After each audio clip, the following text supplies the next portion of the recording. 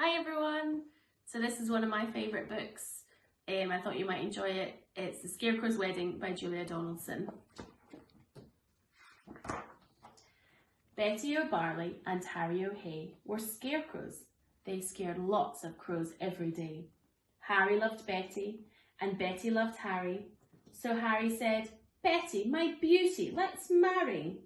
Let's have a wedding, the best wedding yet. A wedding that no one will ever forget."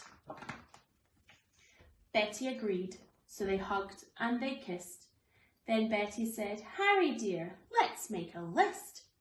"Just as you say," answered Harry O'Hay. So they wrote down the things they would need on the day. A dress of white feathers, a necklace of shells, lots of pink flowers, 2 rings and some bells. Then Harry gave Betty O'Barley his arm, and the scarecrows set off on a hunt round the farm. They hadn't gone far when they spotted some geese. "Oh geese, if you give us a feather apiece, you can come to our wedding, the best wedding yet, the wedding that no one will ever forget." "Wee wow," honked the geese, and they each gave a feather. A spider friend offered to sew them together. "Hooray!" cried the scarecrows.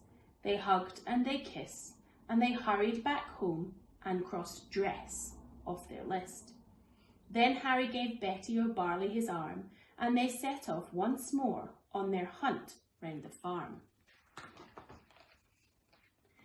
They hadn't gone far when some cows gathered round, and the bells round their necks made a wonderful sound. Ring-a-ding-ding, ring-a-ding-ding. "Oh, cows, will you please come and make your bells ring for our wedding, our wonderful wedding, the best wedding yet, the wedding that no one will ever forget." "Yes," mooed the cows, "we can tinkle our bells." Then a crab scuttled up with a necklace of shells. Some mice found 2 rings in a bin, they were certain. The rings had belonged to an old farmhouse curtain. "Hooray!" cried the scarecrows. They hugged and they kissed. "Pink flowers are the only things left on our list." Then Harry said, "Betty dear, I can find those. Why don't I pick some while you have a doze?" Pink flowers, buzzed a big stripy bee. "I can find you a field of pink flowers. Follow me." So the bee led the way, and they travelled for hours till they came to a field full of pretty pink flowers. Harry stood thinking, "I won't pick them yet. I'll need to find water to keep their stalks wet."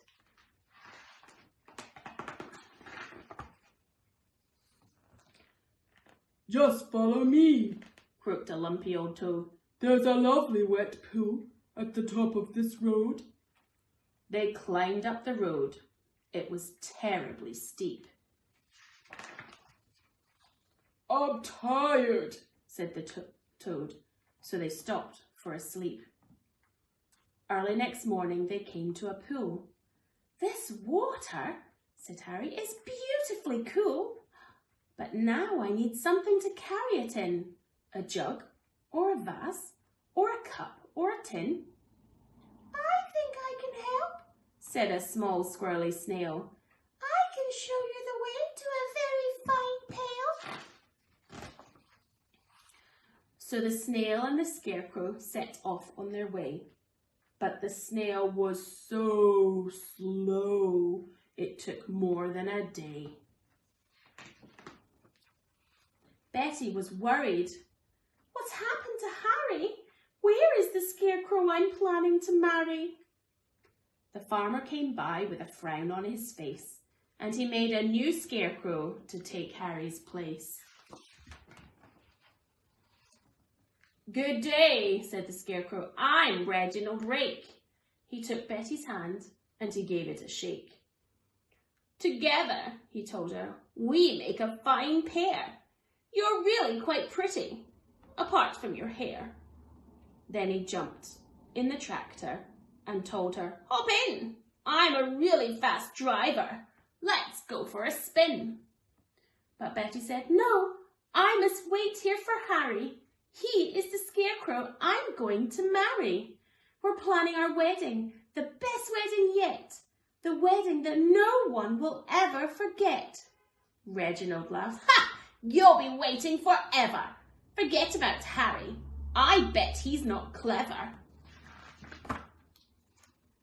"I must be the cleverest scarecrow alive. I can sing lots of songs. I can dance. I can drive. I'm dashing. I'm daring. I'm cool as can be. I can even blow smoke rings. Just watch me and see." He took out a big fat cigar from a packet the farmer had foolishly left in his jacket. "But smoking is bad for you," Betty exclaimed. "Really, you ought to be feeling ashamed." "Don't be a fusspot,"